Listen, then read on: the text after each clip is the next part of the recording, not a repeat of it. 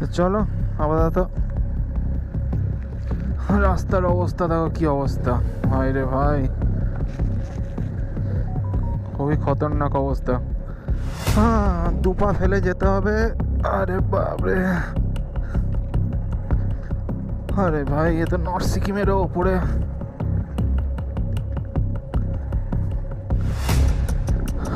Just এইমাত্র landslide হয়েছে, ব্রেকও মারতে পারছি না। আরে বাপরে,